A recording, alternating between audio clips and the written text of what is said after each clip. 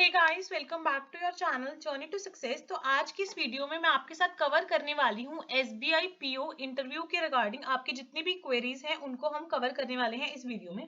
देखो, जब भी आप इंटरव्यू की प्रिपरेशन करते हो सबसे इंपॉर्टेंट आ जाते हैं हमारे 3 सेगमेंट्स। ठीक है, सबसे पहले तो आपका जो इंट्रोडक्शन है और जो जितने भी क्वेश्चंस आपके बायोडाटा या आपके बारे में बनते हैं, एक तो इंटरव्यू वो चेक होते हैं। ठीक है, सेकंड पॉइंट हमारा आ गया कि आपको करंट अवेयरनेस कितनी है, कि जो करंट में जितनी भी चीजें चल रही हैं उनके बारे में आपकी कितनी पकड़ है और उनके बारे में आपकी क्या थॉट्स हैं।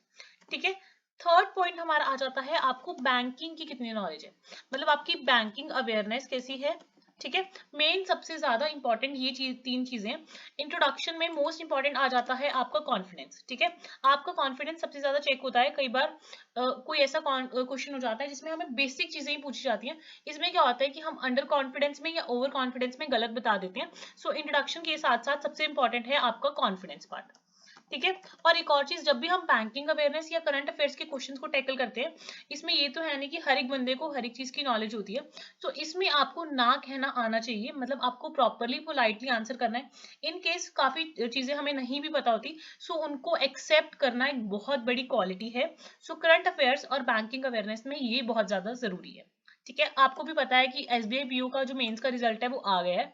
सो हमें अभी कैसे स्टेप फॉरवर्ड करना है फॉर द मेंस के बाद अभी हमारी नेक्स्ट चीज है इंटरव्यू की। सो उसके बारे में मैं आपको बता देती हूँ। जो करंट अवेयरनेस का पोर्शन है, इसमें ये तो है नहीं कि आपको वन वर्ड ज्यादा पूछेंगे, इसमें आपको थोड़ा एनालिटिकल पॉइंट ऑफ व्यू से ज्यादा क्वेश्चन आएंगे करंट अवेयरनेस से। सो इसमें मैं चैनल पे जितने भी इंपॉर्टेंट मुद्दे होंगे करंट अफेयर्स के वो डिस्कस कर दूंगी आने वाली प्लेलिस्ट में। और बैंकिंग अवेयरनेस के लिए आपको ना चैनल पे एक बैंकिंग मैराथन करके पीडीएफ मिल जाएगी, जिसमें 2 ही लेक्चर्स हैं बैंकिंग मैराथन के। उसमें मोस्टली जितने भी इंपॉर्टेंट क्वेश्चंस हैं बैंकिंग के वो कवर्ड है। अब इस वाली वीडियो में हम डिस्कस करेंगे इंट्रोडक्शन पार्ट। ठीक है, इंट्रोडक्शन के जितने भी बेसिक क्वेश्चंस हैं वो मैं ट्राई करूंगी कि इस वीडियो में मैं आपके साथ कवर अप कर दूं, ताकि आपके जो जितने भी इंपॉर्टेंट क्वेश्चंस हैं इंट्रोडक्शन के वो कवर हो जाए। ठीक है, सबसे पहले अगर हम इंट्रोडक्शन की बात करें तो उसमें इंपॉर्टेंट हो जाता है आपका नाम। ठीक है, बहुत बार एग्जामिनर क्या होता है, आप अपनी इंट्रोडक्शन देते हो, आप अपनी इंट्रोडक्शन में सब कुछ मेंशन करोगे कि आपका नाम क्या है। तो आपको अपने नाम के बारे में बहुत सारी इंफॉर्मेशन होना जरूरी है। सबसे पहले आपका नाम क्या है और उसका मीनिंग क्या है। Name, meaning of your name. आप एक नोटबुक और पेन उठा लो मेरे साथ और जितने भी पॉइंटर्स हैं वो साथ में लिखते चलो। सबसे पहले मीनिंग ऑफ योर नेम, जो भी आपका नाम है उसका प्रॉपर डिटेल्ड मीनिंग आपको पता होना जरूरी है। और ये तो बेसिक चीजें, आपको अपने बारे में जितनी ज्यादा नॉलेज होगी आप उतना ही अच्छे से इंटरव्यू में एक्सप्रेस कर पाओगे। सो आपके नाम का मीनिंग क्या है, कोई बुक है उसके ऊपर या कुछ भी है, वो आपको प्रॉपरली पता होना चाहिए। ठीक है, सेकेंड पॉइंट आ जाता है आपके होम टाउन के बारे में। आपको अपने होम टाउन के बारे में प्रॉपर पता होना चाहिए। ठीक है, अभी होम टाउन को लेके मेरा मतलब है, अभी मैं आपको बोल रही हूँ कि आपको होम टाउन के बारे में डिटेल में सब चीजें पता होना चाहिए। तो जब भी मैं आपकी होम टाउन की बात करूँ, आपका जो प्रॉपर होम टाउन सिटी है उसके बारे में, उसका जो भी डिस्ट्रिक्ट पड़ता है और उसकी जो भी स्टेट पड़ती है, इनके बारे में आपको डिटेल्ड पता होना चाहिए कि वो क्या है। उसके साथ अब जैसे मैं डिटेल्ड बात कर रही हूँ आपकी होम टाउन के बारे में, सो आपको हमेशा याद रखना है इसके आपको तीनों के तीनों एस्पेक्ट्स कवर करने हैं। आपकी होम टाउन के साथ अगर कोई भी हिस्ट्री के साथ कोई इंसिडेंट लिंक्ड है उसके बारे में पता होना चाहिए। ठीक है, उसके अलावा उसकी कोई ज्योग्राफी में कुछ खासियत है वो एग्जामिनर पूछ लेता है, और उसकी पॉलिटी के बारे में पता होना चाहिए। मतलब सपोज अगर हम पंजाब की बात करें तो आपको पंजाब का सीएम पता होना चाहिए, गवर्नर पता होना चाहिए। अगर हम उसमें कोई भी डिस्ट्रिक्ट की बात करें उसके बारे में जितने भी एमपी एमएलए उनके बारे में थोड़ा सा पता होना चाहिए। अगर कोई पास में कोई हिस्टोरिक चीज जुड़ी हुई है उसके बारे में पता होना चाहिए। ठीक है, उसके अलावा आप जहाँ पे रहते हो उसकी ज्योग्राफी कैसी है, और कोई जैसे रिवर फेमस है या कुछ भी है, जैसे पंजाब है तो 5 रिवर्स से बना हुआ है, तो 5 रिवर्स के बारे में थोड़ा सा ये चीजें आपको पता होना चाहिए। और जैसे पंजाब में क्या क्या मॉन्यूमेंट्स हैं देखने के लिए, तो मतलब आपको अपने होम टाउन को हर एक एस्पेक्ट से कवर करना है। ठीक है, अपना होम टाउन करना है, डिस्ट्रिक्ट करना है, स्टेट करना है। तो अभी तक हमने इंट्रोडक्शन में देखा कि आपको प्रॉपर नॉलेज होनी चाहिए अपने नाम के बारे में, आपके नाम का क्या मतलब है आपको ये क्लियर होना चाहिए। उसके बाद आप जिस होम टाउन में रह रहे हो उसका डिस्ट्रिक्ट क्या है, स्टेट क्या है, उसके तीनों एस्पेक्ट्स, हिस्ट्री हो, ज्योग्राफी हो, पॉलिटी हो, ये सब कुछ क्लियर होना चाहिए। ठीक है। उसके बाद हमारा नेक्स्ट पॉइंट आ जाता है मदर्स या फादर्स के बारे में, मदर्स नेम और फादर्स नेम के बारे में। उनकी स्ट्रेंथ क्या है, वीकनेस क्या है, आपका आइडल कौन है, आपको ये सब क्लियर होना चाहिए प्रॉपरली। आपका आंसर इनके लिए प्रिपेयर्ड होना चाहिए ताकि आप इंप्रेसिव आंसर वहां पे प्रेजेंट कर पाओ। ठीक है, मदर एंड फादर नेम, उनकी क्या क्या स्ट्रेंथ्स एंड वीकनेस है, ये प्रॉपर आपको इस चीज के बारे में अंडरस्टैंडिंग होनी चाहिए। उसके बाद अगर आप कहीं पे जॉब कर रहे हो, ठीक है, जहां पे भी आप जॉब कर रहे हो उसके बारे में आपको एक एक एलिमेंट क्लियर होना चाहिए। आप जहां जिस डिपार्टमेंट में आप काम कर रहे हो, इनकेस आप फ्रेशर हो तो आप ये बता सकते हो कि आपने क्या क्या स्किल्स एक्वायर की हैं। और अगर इनकेस आप जॉब कर रहे हो तो आपको प्रॉपर पता होना चाहिए आपकी डिपार्टमेंट की वर्किंग क्या है, क्या क्या पोजीशंस है, मतलब क्या प्रॉपर हायरार्की चैनल फॉलो होता है, वो सब आपको क्लियर होना चाहिए। ठीक है। उसके अलावा आपको अपनी स्कूलिंग के बारे में प्रॉपर आप प्रिपेयर्ड हो, सारा answer, school, year, board, place, medium, सब कुछ। ठीक है, आपने जो मैट्रिकुलेशन की है, 10th 12th की है, वो प्रॉपर।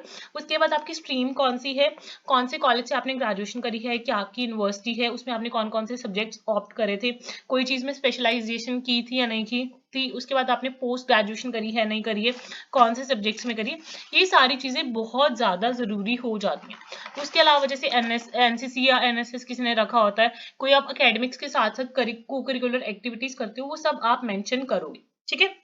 उसके बाद ना सबसे इंपॉर्टेंट चीजें आ जाती हैं हॉबीज में।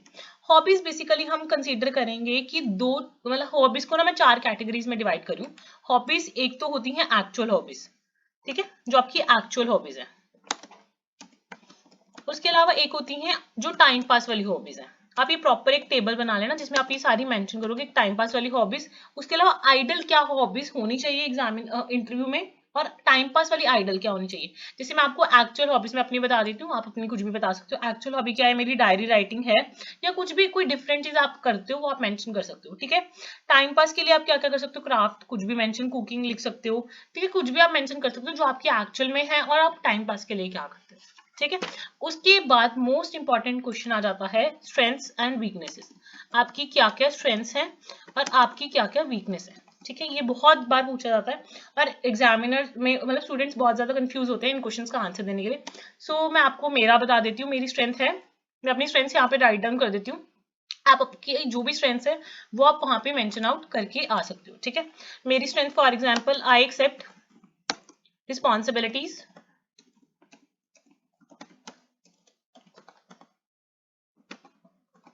With a smile. ठीक है, कि ये मेरी स्ट्रेंथ है कि जितनी भी मेरे को रिस्पॉन्सिबिलिटीज दी जाती हैं, I accept my responsibilities with a smile. ठीक है। उसके बाद और क्या बता सकते हो, आप बोल सकते हो कि I take criticism in a supportive and constructive manner. ठीक है, कि मेरे को अगर कोई भी क्रिटिसाइज करता है मेरे को, मैं उसको बहुत ही पॉजिटिव वे में लेती हूँ या लेता हूँ। आप ऐसे मेंशन आउट करके आ सकते हो। ठीक है। उसके अलावा आपकी और क्या स्ट्रेंथ हो सकती है, आप बोल सकते हो it is my aim to keep learning every day and actively seek feedback. क्योंकि हमें फीडबैक भी चाहिए, जब तक हमें फीडबैक नहीं मिलेगा कि हम कहाँ पे गलती कर रहे हैं हम उसको करेक्ट आउट नहीं कर सकते। एक्टिवली सीक फीडबैक, ठीक है, टू कीप ग्रोइंग। ये आप मेंशन आउट करके आ सकते हो थोड़ी बहुत चीजें। ये कुछ मैंने आपको स्ट्रेंथ्स के एग्जांपल्स बता दी। उसके बाद आप वीकनेस में क्या बता सकते हो, थोड़े से आइडियाज मैं अपने बता देती हूँ। For example you could mention like sometimes I struggle to manage my time. एक चीज ध्यान रखना कि जब भी आप अपनी वीकनेस मेंशन आउट करके आ रहे हो उस टाइम पे आपको हमेशा ये मेंशन आउट करना है कि आप उस वीकनेस को ओवरकम करने के लिए क्या करो। फॉर एग्जांपल मैंने यहाँ पे अभी लिखा है कि समटाइम्स मुझे बहुत स्ट्रगल होती है कि मैं अपने टाइम को कैसे मैनेज करूं। तो आप यहाँ पे मेंशन करोगे कि to overcome this I have started to use sticky notes, कि मैं अपने लैपटॉप्स वगैरह पे स्टिकी नोट्स वगैरह लगा देती हूँ, जिसकी वजह से मैं अपने टाइम को ट्राई कर रही हूँ कि मैं प्रॉपरली मैनेज कर पाऊँ। तो इसमें आपको हमेशा अपनी वीकनेस के साथ वो अपने एफर्ट्स शो करने हैं, जिससे उनको पता लगे कि हाँ अगर आप कोई वीकनेस रख रहे हो तो आप उनको करेक्ट आउट करने की कोशिश कर रहे हो। ठीक है। और इवन आप ये भी बोल सकते हो कि मेरे को टाइम मैनेज करने में बहुत स्ट्रगल होती है, इस वजह से मैं एक जर्नल मेंटेन करती हूँ जिसमें मैं अपना प्रॉपरली शेड्यूल बनाती हूँ, daily, weekly, long term. For example जब मैं प्रिपरेशन भी कर रही थी तो मुझे डिफिकल्ट होता था, इस वजह से मैं जर्नल मेंटेन करती थी। तो ये सब चीजें आप अपनी स्ट्रेंथ्स एंड वीकनेस में मेंशन करके आ सकते हो। ठीक है। उसके अलावा और क्या क्वेश्चन एग्जाम में पूछ सकते हैं, वाई गवर्नमेंट जॉब, कि आपको गवर्नमेंट जॉब क्यों चाहिए। ठीक है, ये भी कई बार पूछ लेते हैं कि आप प्राइवेट सेक्टर आजकल इतना बूम हो रहा है, तो आपका ये आंसर प्रिपेयर होना चाहिए, वाई गवर्नमेंट जॉब। उसके अलावा एक और आंसर आपका जो प्रिपेयर होना चाहिए, वाई बैंकिंग, कि आप बैंकिंग में क्यों आना चाहते हो। ठीक है, ये आंसर्स आप प्रिपेयर करके जा सकते हो ताकि आप वहां पे एकदम से स्टक ना हो, ठीक है। उसके बाद ये पूछ सकते हैं वाई एसबीआई, कि आप एसबीआई में ही क्यों आना चाहते हो, ठीक है। उसके बाद एक क्वेश्चन ये आ सकता है why should we select you, कि हमें आपको क्यों सिलेक्ट करना चाहिए। ये क्वेश्चन भी बहुत क्रिटिकल हो जाता है, why should we select you. तो ये क्वेश्चन भी बहुत ज्यादा क्रिटिकल हो जाता है, कई बार एग्जामिनर आपसे पूछ लेते हैं कि हमें आपको ही क्यों सिलेक्ट करना चाहिए, कि आप हमारे लिए एसेट होगे और आप क्या करोगे इन केस आप सिलेक्ट नहीं होते।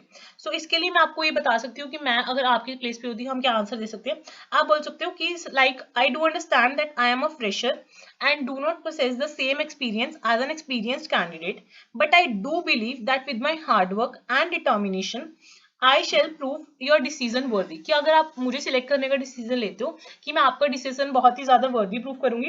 एंड उसके अलावा मेरे अंदर जील है लर्न करने की, और जो एक एक्सपीरियंस कैंडिडेट में शायद कम हो, क्योंकि जो एक्सपीरियंस कैंडिडेट है उसके अंदर इतनी लर्निंग स्किल्स नहीं होंगी शायद जितनी मेरे में है। सो आप ये भी बोल सकते हो कि like I am like a soft soil, कि आप उसको जिस भी शेप में ढालना चाहो उसमें मैं ढल जाऊंगा। आप ऐसे भी कुछ भी बोल सकते हो कि इन रीजंस की वजह से आपको मुझे सिलेक्ट करना चाहिए, ठीक है। आप ये सब बोल सकते हो। उसके अलावा आपके दो क्वेश्चन और बन सकते हैं इंट्रोडक्शन से, that are short term and long term goals, कि आपके शॉर्ट टर्म और लॉन्ग टर्म में क्या क्या गोल्स हैं, आप शॉर्ट टर्म और लॉन्ग टर्म में क्या अचीव करना चाहते हो। सो ये जो गोल्स होते हैं शॉर्ट टर्म और लॉन्ग टर्म में, ये थोड़े रियलिस्टिक होने चाहिए। जैसे आप शॉर्ट टर्म में मेंशन आप करके आ सकते हो कि मुझे कोई ऐसी जॉब चाहिए जिसमें मैं अपनी स्किल्स को रिप्रेजेंट कर सकूं, या मैं प्रोडक्टिव एम्प्लॉय बनना चाहता हूँ और जिसमें मैं 100% दूंगा और जल्दी ही नेक्स्ट लेवल पे पहुंच जाऊंगा, ठीक है। लॉन्ग टर्म में आप बोल सकते हो कि मैं एक अच्छी सीनियर मैनेजमेंट की पोजीशन पे पहुंचना चाहता हूँ, और इफ पॉसिबल कि मैं एक अच्छी एग्जीक्यूटिव पोजीशन पे जाना चाहता हूँ। आप कुछ भी ऐसे मेंशन आउट करके आ सकते हो। सो ये कुछ बेसिक इंट्रोडक्शन के क्वेश्चन है। अब हमारे दो एस्पेक्ट्स बच जाते हैं, current affairs and banking awareness. तो ये आप इंट्रोडक्शन वाला पार्ट बहुत अच्छे से प्रिपेयर कर लेना, और ये इतना ज्यादा आप प्रिपेयर नहीं कर सकते क्योंकि आप ही के बारे में, इसमें आपको कुछ प्रिटेंड नहीं करना, जो चीजें एक्चुअल में है उन्हीं को प्रेजेंट करना है, बट एक अच्छे वे में, ताकि बहुत सारे कैंडिडेट्स होंगे तो आप उनसे कैसे डिफरेंट हो। बेसिकली ये बहुत ज्यादा जरूरी है इस इंट्रोडक्शन वाले क्राइटेरिया में, ठीक है। नेक्स्ट हमारा current affairs and banking awareness है। सो बैंकिंग अवेयरनेस के लिए मैंने बता ही दिया कि जो बैंकिंग का स्टैटिक वाला पोर्शन है उसकी आपको वीडियो मिल जाएगी चैनल पे, और जो करंट अफेयर्स का है इसकी अगर आप रिक्वेस्ट करोगे तो मैं एक वीडियो अपलोड कर दूंगी जिसमें जो बेसिक क्वेश्चन होंगे करंट अफेयर्स के एनालिटिकल पॉइंट ऑफ व्यू से वो हम डिस्कस कर लेंगे, ठीक है। आई होप आपको ये प्रेजेंटेशन अच्छी लगी होगी और कुछ सीखने को मिला होगा।